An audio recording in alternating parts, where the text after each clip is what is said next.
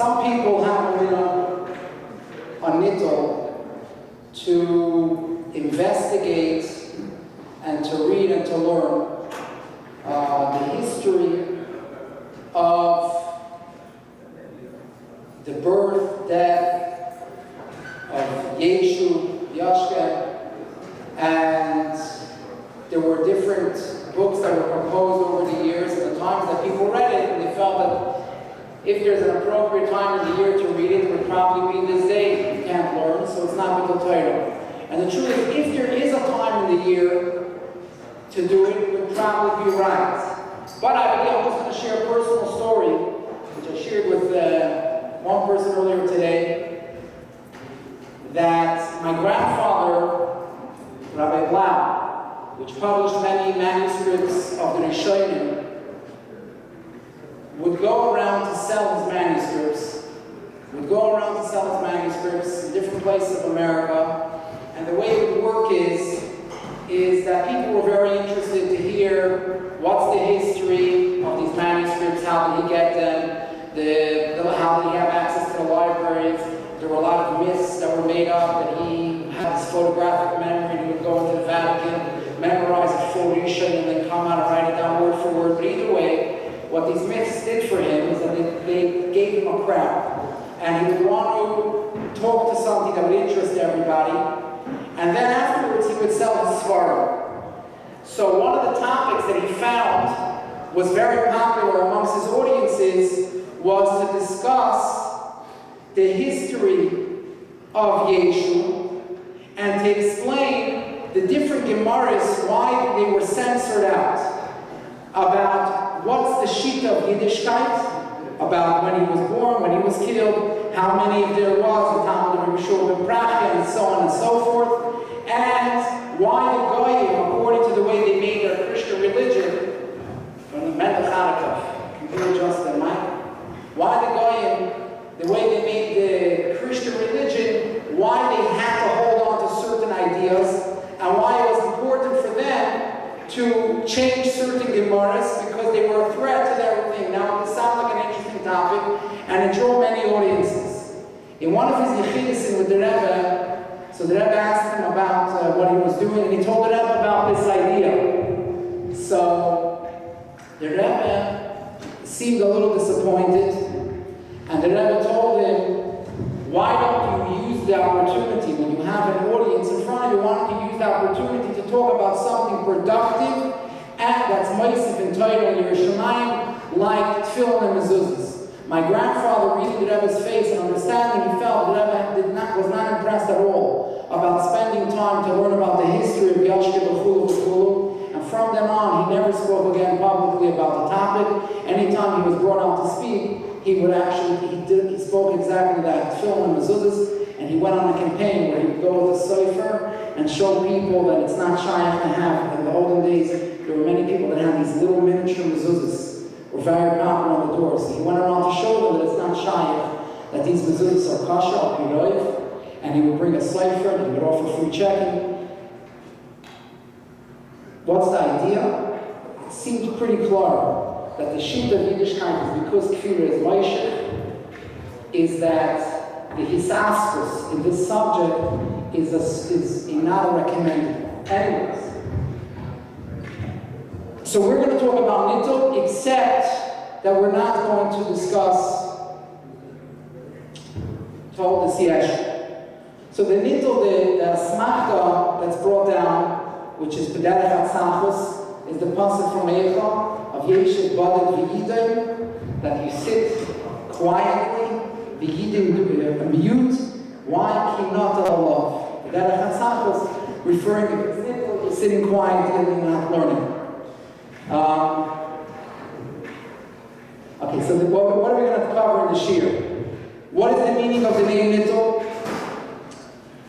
When was the earliest recording of this name? Why is the state observed according to the secular calendar? What is the reason that we're not allowed to learn Torah? What is the appropriate way to spend the night? Why are there many Yidden that don't accept this custom? What is the reason that some people have Nittul on December 25th and others on January 7th? which is the correct date? Are you, what?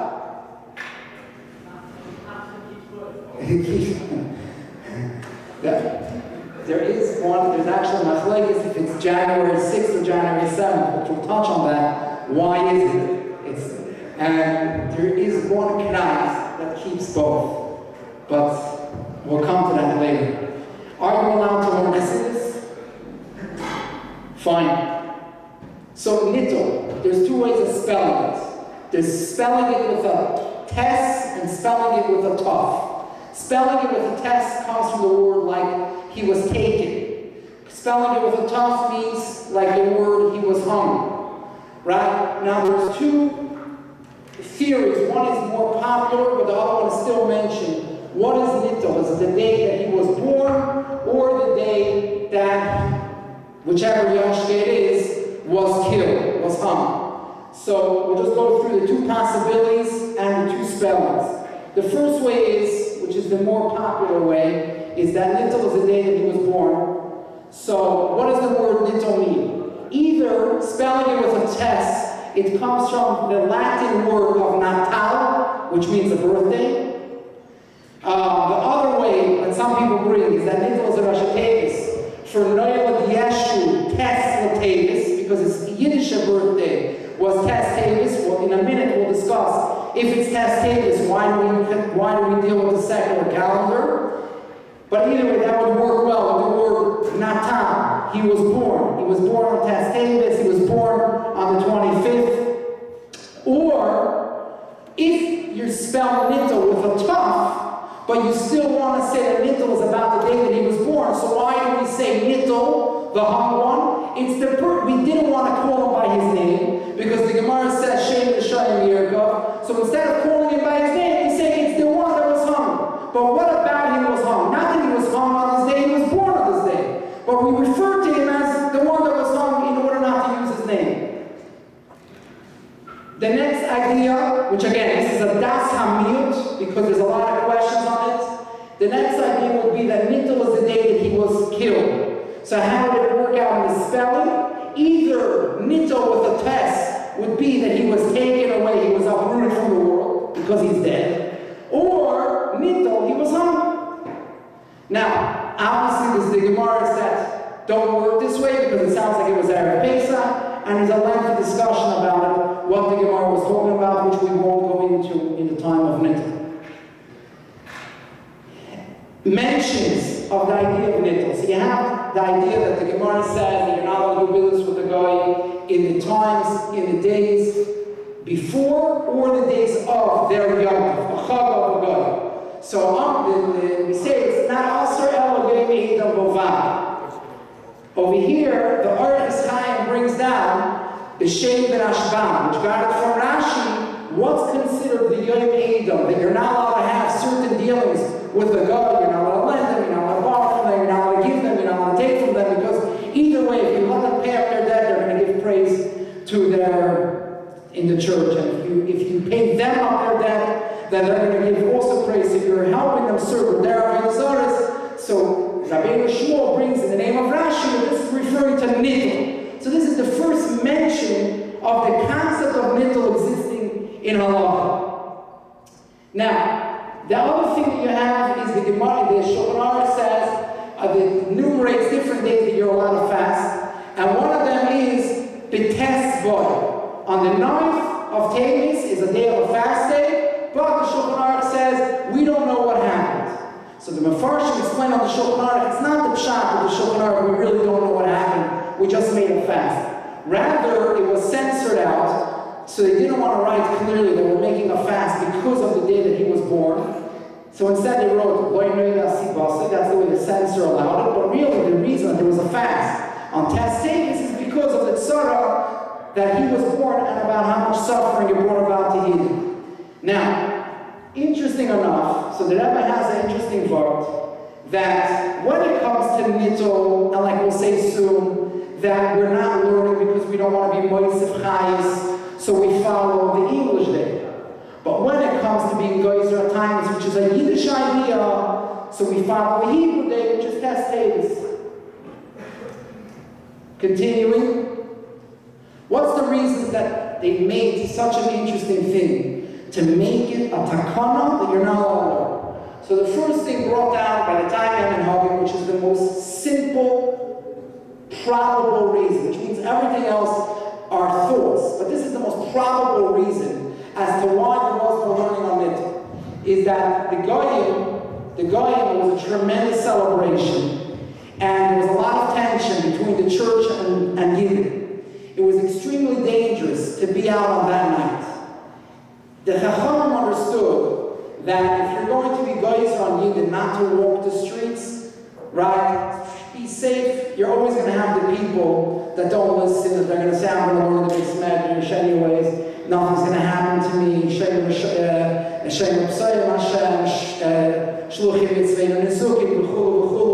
So because of all these ideas that there are going to be people out on the street, so instead they close down the Bata Midrashim. They close down the Bata Midrashim, automatically you're not outside. So it's Pashas Sakanas Nefashis, and because of that they close the Bata Midrashim.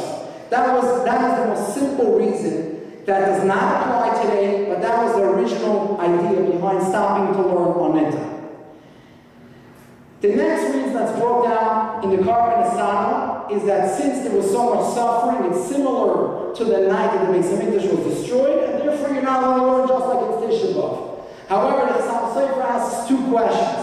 That if the reason that we're not learning is because we consider Nittul, the 25th, to be like a Tisha B'Av, because of how much destruction and suffering was brought about, so that you should be allowed to learn in Yom you're allowed to learn on Tisha B'Av, right? Like the Gemaras that have to do with Avelus. Another thing is, why should it be different up until Chatzais and before Chatzais? So because of these two reasons, the Chassam Sofer offers his own very original explanation. The Chassam Sofer says as follows. You have to hear this part, such an interesting take on it. Chassam Sofer says that the Chachamim understood that there could be a Kiddush. The Goyim, they party until Chatzos, and at Chatzos they come to church, and they would daven with tremendous kavanah. Now, any time that you have, in other words, the Satan, the Mekapri, looks for moments to be Mekapri on Yidden at a current moment that the Goyim look presently better than the Yidden. So the Chachamim were fearful that over here there's going to be that moment where Yidden are ending their day, going to sleep, and the Goyim are coming to church with the full chayes, hispanos, kavanah, davening. Maybe it's going to be time, it's going to be used out as an opportunity to Mekapri. So what do they have? They have one option is they can go tell everybody, on the night of Nittul, you got to be extra careful. We have to compete. If it's a time to get up, come to shul, by Chatzos, to hear them. In other words, we'll outdo them. The problem is that it looks like we're acknowledging this day. It looks like we're doing something that we made a takana, that every time it comes the 25th, it comes Nittul, we do something special. They don't want that either. So instead, they came up with the following chap. Now this chap works when we all behave like chacham. The chap was that they're going to say the Bati Midrashim are closed. What does a Yid do if he doesn't have a base medrash? Nothing. There's nothing to do. So automatically you go to sleep. What would it be if you went to sleep automatically at 5 o'clock? You would definitely be up at 1 o'clock, at Chatzos time, 12 o'clock, and start your day and learn. So they got their desired result. In other words, what did they want? They wanted that people should be up learning at Chatzos.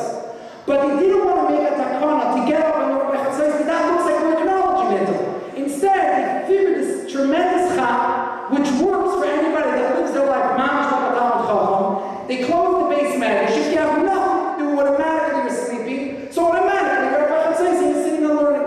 Fine. It's just good to know that there were such people that operated in such a fashion. The other one, which is brought down from the Sadi Rebbe, also an interesting part, is that there's a discussion about the way Torah is magna master, the way Torah protects somebody. So this Oisya Ish, he learned Torah, and the Shaila is that his Torah, he's being judged on this night. But Torah that a Yid learns is always supposed to be made on him, protecting from Yisurim. Except there's a discussion of what is the din of Torah Shalai Lishma? Does it also have the power to be made, or does it not have the power to be made? So the Sadiqar takes a little bit similar to the Sam Sefer, but a very different verb. He says that the Oisei Ha'ish is defendants, in other words, the Malachim, defending him, look, he learned Torah, why shouldn't the Torah protect him? Go take a look at the Eden. Go look right now. In other words, he would say, take a look at Elam Hazan. Look how many Eden are learning Torah because of ulterior motives. Shalei Lishma. What's wrong? His Torah should protect him. So instead, the Chachamim gave a simple idea for everybody, an opportunity that everybody does the Shema. Go ask a Bachar why he's not learning now. You know? I'm in a Chacham. What do you know? Why are you not learning right now? Could be even learn all the time. Why are you not learning right now? L'shma. L'shem d'mina. So at this point, every single year is being mekayim and l'shma, but mainly he has no defense. It's an interesting gedai from the Sadiqar. Now these are all one group of reasons, which we'll see soon how they're all going to amount to a different type of group of reasons, and it makes a big difference practically how Nittul applies today.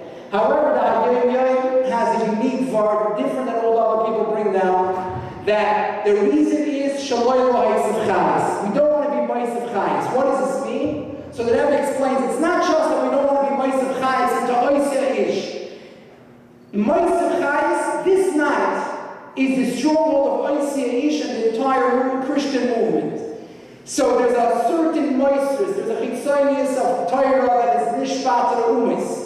And if we would learn Torah on this night, we would be being moist of chayes from the chitzonius. In other words, from the Torah Shalei Lishma, whatever it is, gives thyself and chayes to Bayu Bahoch Shikasayata, to the ones following his movement. But Mela, they were there that it's in order, in other words, because of how much bittul Torah, how much suffering we have from the Christians, that Chacham were guys that if we want to diminish them, let's take away their source of chayes once a year, which is this night, which slowly diminishes their ability to be such a powerful people to do the suffering that they have done. So, based on this part in the Hayyim, because it's about not being moist of chayes, not into Oisya Ish, the founder of the movement, and not into the ones that Hochim B'Shitasi so listen to this part. So in Mela, we're going to follow exactly the way the movement sets the date. That is the date that their movement, renews itself. And we'll explain this in a minute a little bit more.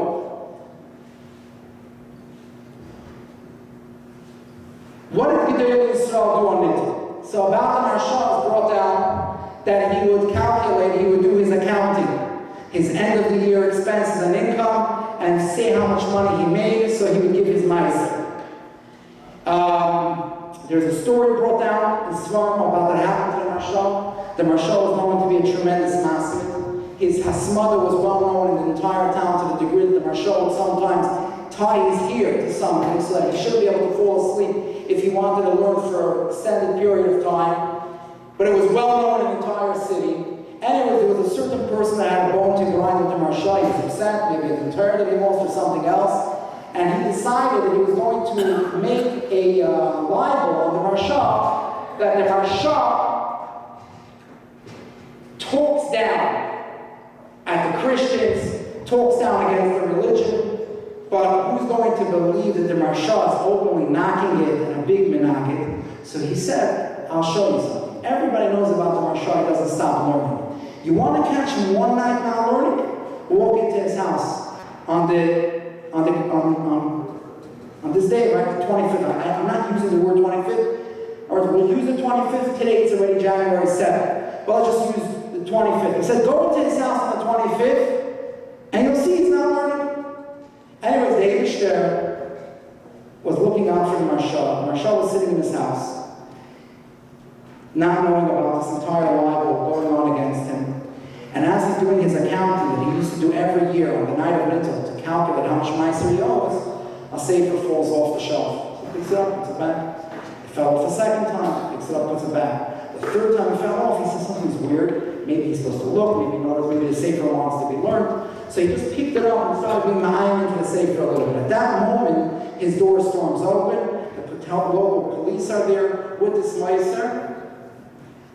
And it's like, all right, he's ready to say, you see? And they're looking at him, he's standing by his bookshelf, looking into a sefer.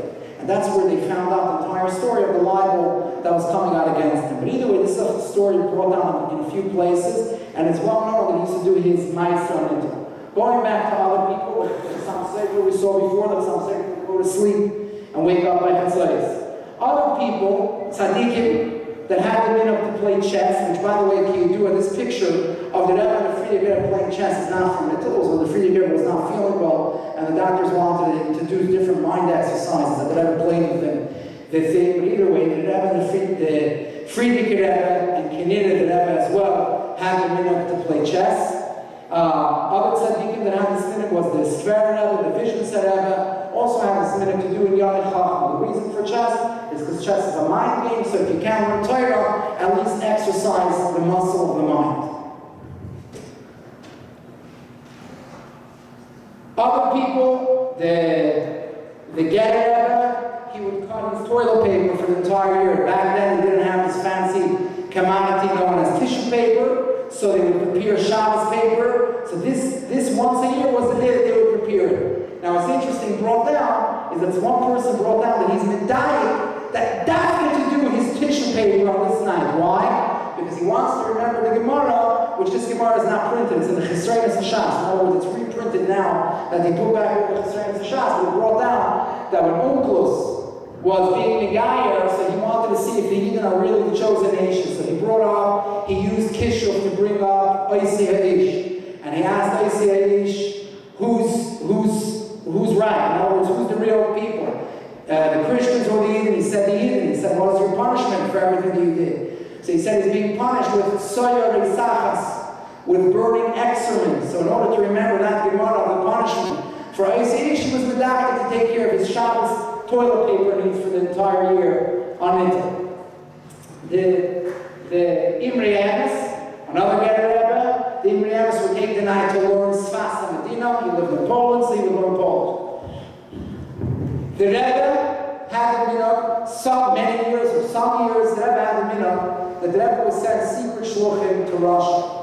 And these people would go with different disguises why they were going, for business purposes or other purposes, and they would sneak out of Russia, they would sneak out videos. And these videos, the Chassidim would talk to the Rebbe. The Chassidim stuck in Russia, they would talk to the Rebbe, they would either just mention their name or ask for a specific bracha. So the Rebbe on Nittul, they would have a video machine brought into the Rebbe's office. One of the people that went was Beryl Levy, the founder of the OK. So the Beryl Levy would go and take these secret videos, and on Nittul they would bring a video machine to the Rebbe's office, and the Rebbe would watch these videos where people introduce themselves and ask for certain brachas and yeshuas. Okay, places and people that are not accustomed with Nittul. So one is Menisvar. So the Rebbe explains that the reason is based on the way we understand the reason for Nittul is but since the Sfaradim weren't under the Christians, right, they were mostly in Eretz Yisrael. Eretz Yisrael only for a very short period of history was under the Christian stronghold. So therefore, by the Sfaradim, this whole idea was a type of smoking. Other people that don't have this minhag are the Litvishe people, right? So you have the Vilna Gaon, the Chazon Ish, which we say that since today there's no fear, you can walk the streets at night. It's not recorded anywhere that tonight walking the streets is any more dangerous than any other night. They're not as violent today. The tensions between the Christians and the Yidden are not the same as they were in those days, like those that know the history. So therefore, there's no reason to stop to continue being Mevat Torah. However, the Steipler guy, which had his roots by Chassidim, he was a Litvisher, but he had his roots from Chassidim. He stemmed from Chassidish roots. So the Steipler guy did a hybrid, where he learned but without a sefer. In other words, he didn't want to be Mevat Torah because there's no pachas, so why should he continue being Mevat Torah? But to sit with the sefer when so many didn't have a minute not to learn, they didn't want to do. So instead, he was the one in Machshava. That was the minute of the Steipler guy.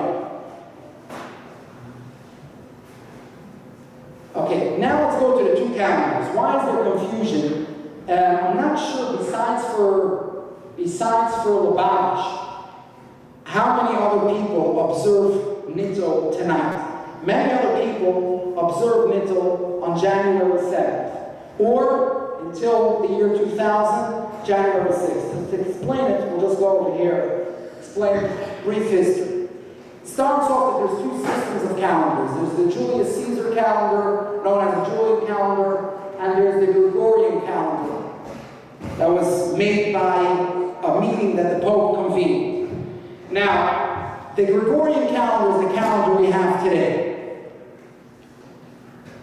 The Gregorian calendar is the calendar that's used by Kimat, the entire world today. Kimat. But that wasn't always the case. So what's the history? Just interesting enough how everything's entitled. We can't go through the Gemaras now because it's Nittul. It's already getting closer to say also, and it's already not even Sveika the Yoima. But there's the Gemara which discusses Tkufas Shmuel and Tkufas Rabbah. Or to be more precise, Shmuel is the only thing that's mentioned in the Gemara. Rabbah is not mentioned, but the Rishonim bring down a brisa, which we don't have this brisa, but the Rishonim bring down a brisa of mentioning Rabbah's Shita. And interesting enough, Goyim Lahavdim had this machlokes, carved this machlokes, and have adjusted the calendar close to these two shittas. So what's the idea in short? How long does it take for the sun to make a full circle around the earth? How long does it take?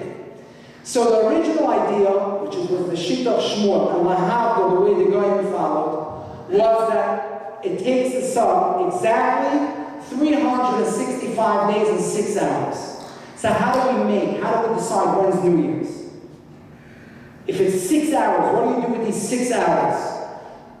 New Year's always starts at a certain defined hour, right? There's a day. The day starts at midnight today. That's when the new day is. If we don't say New Year's today is going to be 6 p.m., next year it's going to be 12 a.m., the next year it's going to be 6 a.m., so how do we make up for these 6 hours that really you're taking in the year early, but the sun didn't finish completing its full circle? So the way it works as follows. A regular year is going to be 365 days. So what are we doing? Think in your head. We're taking in the new year, new cycle of the sun, but really the sun is only going to complete a cycle in 6 hours. So we jumped ahead 6 hours. We do that for 3 years. Right now we jumped ahead 18 hours. On the fourth year, that with these additional 6 hours, we're going to be a full day ahead of the new year. So what we do is we extend the old year. We say the year is going to be 366 days instead of 365 days. So now we're back again even. Every 4 years, we do the same thing. We ignore the 6 hours for 3 years, and on the fourth year, we take 4 times 6 hours equals 24 hours. We add a day to the year. That's what is a concept called a leap year in the Goyish calendar. You know what a leap year in the Goyish calendar is? When February has 29 days instead of 28 days. The reason why it's called a leap year, the word leap year, is because when February has exactly 28 days, right? So every year starts exactly a day ahead. In other words, if today is the 24th and today is Tuesday, so next year the 24th is going to be Wednesday. But when we make a leap year, we're going to be leaping ahead another day because we're adding a day to the old calendar. So next year, the 24th is going to, if this year would be a leap year, then the next year, the 24th, instead of being on Wednesday, would be on Thursday. We're leaping ahead another day. We're adding a day to the calendar. That was the simple principle of designing the calendar that was in place for many years, from 45 BCE, before the Common Era, all the way up to 1562 it is, right? 1582, very good. So just about over 1600 years, this was the simple way that everybody was following. However, there was an inaccuracy. A year, it's not really 365 days and 6 hours. It really takes the sun 11 minutes, 11 and a few seconds, a little less to complete its full cycle. So which means like this. If you're going to add a day to the calendar every 4 years, what you're doing is you're leaping ahead, you're climbing ahead. I'm sorry. Hold on to the cheshbon. The sun is really completing its circle 11 minutes quicker than we're acknowledging it. 11 minutes sounds like a big deal. Who cares about 11 minutes? But take 11 minutes and times it by 1600. You already have a lot of days accumulating. Right? 11 minutes times 1600. You have a lot of days accumulating. We're getting off. The seasons are going to lose. They're not going to be aligned anymore. Because we're going to keep on going off by another day and another day. So that's why in 1582, the Pope convened a bunch of experts that knew astronomy and everything else and said we have to do something to adjust this because in X amount of years, the seasons are going to be messed up. But they came up with a system, how to readjust the calendar, but they also had to fix the fact that we're already off. We're already off. When we say that when we're acknowledging a new year, it's not really a new year happening. We're off by 10 days, more than 10 days.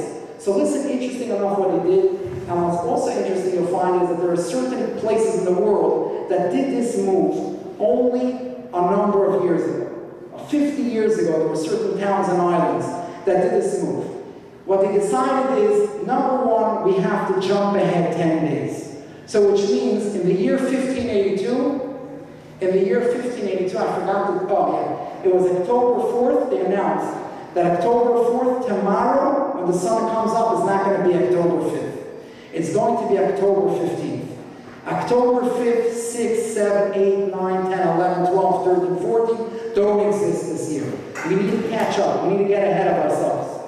Fine, that's step number one. Now, how do we make sure this never happens again? How do we make sure we don't fall behind? So they came up with the following system. Remember, it's 11 minutes.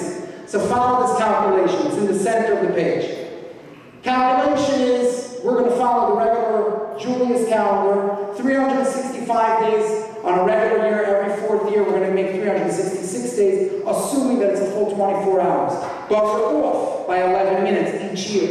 So what we're going to do is, after 11 minutes equal up 100 times, what do we have? We have a total of 18 hours and 45 minutes.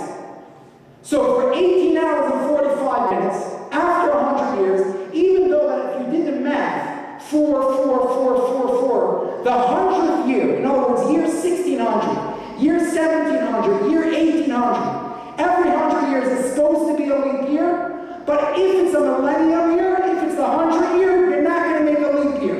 Instead, you're going to go right ahead into the next year because you're already 18 hours behind. But now again, listen to the problem. A year always has to start at the same time. No one wants to know when's New Year's. New Year's is going to be at 1:23. It doesn't work that way. It doesn't work like the Moira Cloud. A year starts by a set time. So you're making 24 hours to make up for 18 hours. What's going to happen to all these minutes? You're again off by 6 hours. So they decided that every 400 years, instead of the year 100, instead of the millennium year not being a leap year, the millennium year will be a leap year. So now again, you're balancing the calendar. Everybody follows the cheshbon? You have 11 minutes times 100, you have 18 hours. To solve that, in year 100, instead of making a leap year, you're just going to go straight into the next year. So you caught up 24 hours, but now you jumped ahead of yourself 6 hours. So 6 hours, 6 hours, 6 hours on the 400th year. Don't do that. And again, slow down, wait another year, make it a leap year, and then you caught up almost by the minute. At least you're close enough that you're not going to mess up the seasons. This was the cheshbon that Gregory put in place, which again, Lahavdil is the closest cheshbon to Rav Ada. Rav Ada was the one that argued with Shmuel and said that Shmuel was not accurate by rounding off the year to 6 hours. There are those that say that Shmuel knew he wasn't accurate by rounding off the year to 6 hours, but he felt that you needed a simple way to follow the kufis instead of it working by the minutes, so he rounded it off. Either way, these are the way the two guys work. Now, how does this play out? So listen like this. Here we have a calendar. In year 1581, before the world decided to adopt the new calendar that took place in 1582, So December 25th and December 25th, there was no such thing as two different calendars. Everybody, December 25th, December 25th. In 1582, December 25th continued on the Gregorian calendar, continued on the Julius calendar, but the Gregorian calendar, which leaped ahead, right, they erased 10 days. They jumped ahead of themselves. So when they were celebrating December 25th, it was January 4th. Continue going. 1600 is a 400 year, so they didn't add a day. 1700, 1800, 1900, since there's again going to be a difference in every millennium year between a day, so we continue falling off by a day, which means the calendar is when it's going to be December 25th on the Gregorian calendar, in 1800 it's going to be January 6th on the Julius calendar. In year 2000, which was just recently happened, so we went from year 2000, nothing changed, and the reason was because year 2000 is again, it's a 400 year. So anytime there's a 400 year, we do make the leap year, and we don't ignore the millennium leap year, so it stayed the same. But in the 1900s, here's where we're trying to pinpoint. In the 1900s, there was a difference between the 1800s, when December 25th and January 6th were the days, and the 1900s, when it fell off by another day, so it became December 25th and January 7th. So before Menachem Simon mentioned that he keeps 2 days, let's understand why there's certain Chassidim that keep 2 days, January 6th and January 7th. If they're not learning on Nittul because Minhag Aviseinu B'Yadeinu, so who's Aviseinu? Which Aviseinu? The Aviseinu that lived in Russia in the 1800s, their day was January 6th. The Aviseinu that lived in Russia in the 1900s, their day is January 7th. So the mazel is that in year 2000, nothing changed because otherwise they would have to add another date to their equation, 6, 7, and 8. But this group of people that are so machmir and Minhag Aviseinu B'Yadeinu, even on the cost of the Torah, is a minority, is just one group, and I don't even remember which Chassidus it is. Going back to us, or I should add in one point that wasn't clear. Russia adopted the Gregorian calendar in 1923. The reason why they adopted the calendar was because as the whole world started doing banking together, so imagine you have a banking transaction, a record, payment. I tell you, the payment is due on December 10th. And the person that you're making the payment to lives in Russia, and December 10th is 12 days off of your calendar. It doesn't work. You can't hold normal records keeping this way. So in Russia in 1923, after the communists took it over, and they opened up more international business transactions, they decided that for all business purposes, we have to start following a Gregorian calendar. The church in Russia, the Orthodox Church, never acknowledged it. They said, we never heard of this new calendar called Gregorian calendar. Holidays are going to follow the old calendar. So, till this very day, Russia does not celebrate Krasnach on December 25th. Because December 25th is a made-up date based on the Gregorian calendar. In Russia, if you go to Russia, there's nothing on December 25th. The whole celebration is on the 7th. And in year 2100, it's going to turn to the 8th. Because they're going to follow December 25th on the original calendar that was in place from 45 BCE before the Common Era. Everybody follows? So now if I'm going to be over here in America, and I want to not learn Torah based on the way Aviseinu B'Yadeinu didn't learn Torah. When did Aviseinu B'Yadeinu that lived in Russia not learn Torah? Not on the 25th, on the 6th, on the 7th. So there's no reason not to learn tonight. But according to Chabad, the reason why we're not learning Torah is because Shemoy Lo Yosef Chayes. But the reason that we're not learning is because we don't want to be Yosef Chayes into the Christian movement, so it works wherever you are. If you're in Russia, then the time for Nittul is January 7th, because that's December 25th on Julius calendar. If you're in America, when's Krasnach in America? The 25th, so you go by the 25th. So that's why Lubavitch, because of the reason of Nittul, we also keep Nittul different than everybody else.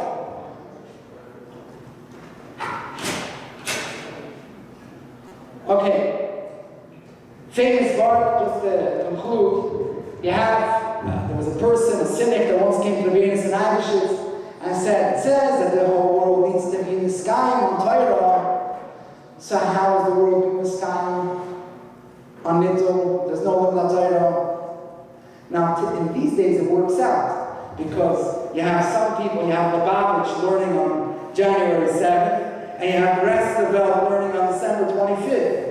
But when everybody was following the one calendar, when everybody was following the one Chag, which was the December 25th on the whole calendar, so the Synod came to the Vienna Synagogist and said, how is the world in the sky? So Vienna Synagogist said, Minute Yisrael Toihi, when Eden observed a minute, that Torah is the kingdom of the world. That is another part that was brought down, that there was a certain Misnagish Shabbat, which was learning on Nittul. Someone told him, it's Nittul today, the minhag is not to learn. So he laughed and he said he wants to burden the Gehenna of those that learn on Nittul. He was mocking it. He said, I want to burn. So for me, it's comfortable to burden that Gehenna of those that learn on Nittul. So the person said, listen, Gehenna for learning on Nittul, that you're not going to have. But Gehenna for laughing at a minhag Yisrael, that is a burden Gehenna. And he's mekabel the words and he shut his safe. Fine, so just to bring out a chart that brings out the difference between us and the Welt, and you follow things. What's the source of Nittul? What's the reason for it? So according to the Welt, it's because of an olden date sakana that existed to walk the streets. According to Chabad, it's Shaloi Chayes. So why do we do Nittul today? According to the Welt, minhag Avosseinu b'Yadeinu. According to Chabad, it's not minhag Avosseinu b'Yadeinu, Shaloi Chayes into the Krishna movement that exists today. Why do we follow the English Day? So, according to the Welt, why are you following the English Day? Because that was the day that the guys were going to church. That was the day that they were getting all excited about that religion. And that was the day there was a sakana. According to us, why are we following the English Day? Because since it's Shaloi L'Ha'is Chayes, it goes by them. When do they consider the rebirth of their movement, the inauguration of their movement? Let's continue. Why is Eretz Yisrael? There are a lot of people that don't do Nittul. So again, according to the Welt, because there was never a sakana in Eretz Yisrael, because the Christians weren't there. So if there was never a sakana, there's no minhag Avosseinu b'Yadeinu. According to us, because the Christians weren't in Eretz Yisrael, so there's no Shaloi Chayes. Continuing, what's the reason that some of the world does it by December 25th and others by January 7th? So the rest of the world is following only because of minhag Avosseinu b'Yadeinu. When were their parents not learning on Nittul? The January 7th, because the Russian Orthodox Church wanted to go by the Julius calendar, which is January 7th. In other words, the December 25th of the Julius calendar falls out on the Gregorian January 7th, or the Gregorian January 6th in the 1800s. By us, why do we do it by December 25th? Because the Shaloi Chayes depends where you are. If you're in Russia, go by the 7th. If you're here, go by the 25th.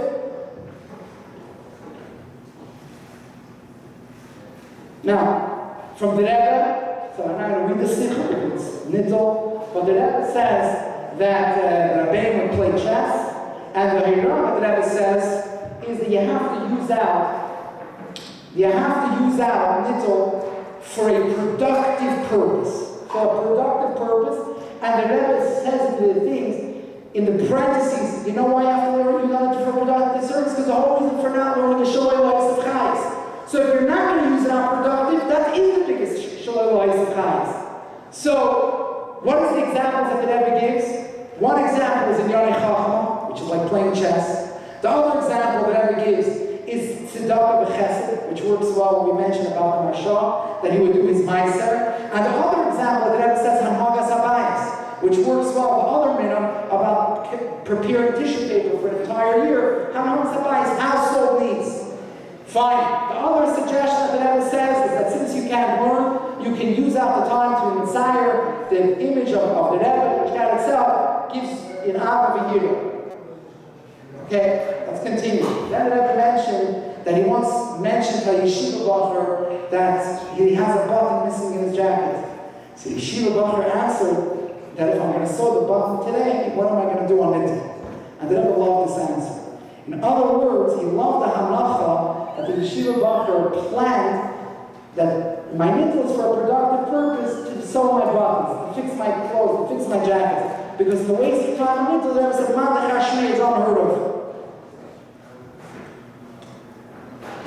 that I mentioned about the right and the left. If your buttons, in other words, if any of you don't have a button to close your jacket right on the left, you can use tonight's nittul to resew your jacket and add a button, as I mentioned, Daf Shalom. But again, Learn Chassidus is one of the questions. Now, we'll come to in a minute that the Rebbe's Hashimis, there's a shtickle stira. If you do learn Chassidus on Nittul, or you don't learn Chassidus, in other words, the question really boils down: is there a chance that from the limit of Pnimius HaTorah, there could be a Yenika to Chitzonim? In other words, the way Chitzonim are Yoinit is through the get ups from Torah Shalom Shema. So some places says that they have no shaykhs to Pnimius. Can I learn Chassidus or can I not learn Chassidus? So when this happened, when Rabbi Weinberg, which used to deliver the Tanya Shir on the radio, and it came out that Nittul was Mitzvah Shabbos, so it was brought down, and it's not recorded in the Sefer, but it was brought down that he asked the Rebbe, what should he do to say Nittul? What should he do with his radio broadcast? Should he cancel it or use it? So the Rebbe told him he should use the Mitzvah Shabbos hour to say Sipurit Tzadikim and other Shmuz. The Rebbe Hashem would say a Maimer Friday night, but if it came out to be Nittul, he wouldn't say the Maimer. But in some places, the Rebbe's Hashimis, and we won't read it now, but in some places it says that they did learn Chassidus on Nittul, some places said that they don't. One time, the Rebbe brings down a story that the Rav came into the Tzemach Tzedek's room, and he saw the Tzemach Tzedek learning on Nittul. So he told Tzemach Tzedek, Rebbe, it's Nittul. So Tzemach Tzedek closed the Sefer, but told him, very good about Zagah. Who asked your mind? Which the story, if you think about it, I'm not going to time for the whole story, but it tells you something. In other words, you don't have to be mahader to plan Nittul and to cut on the minute. Hem is the Rebbe Hasham, we'll come to over here, the Rebbe Hasham says that those Talmidim that cannot give up on the 8 hours, they push say it's wrong, the minute is wrong, he has no love for them. But at the same time, the story that someone said tells us that Nittul is not a Yom Tov, they have to plan for 2 days in advance, cut it off on the minute. Tzemach Tzedek wasn't appreciative of the comment when he told him, it's a very big bet in Zohar. It's a minute, you have to be kind, never have to stop learning. It's not something you have to do with the chayes, cut on the minute, on the second. Anyways, let's use our Nittul productively, something that will gain the entire year.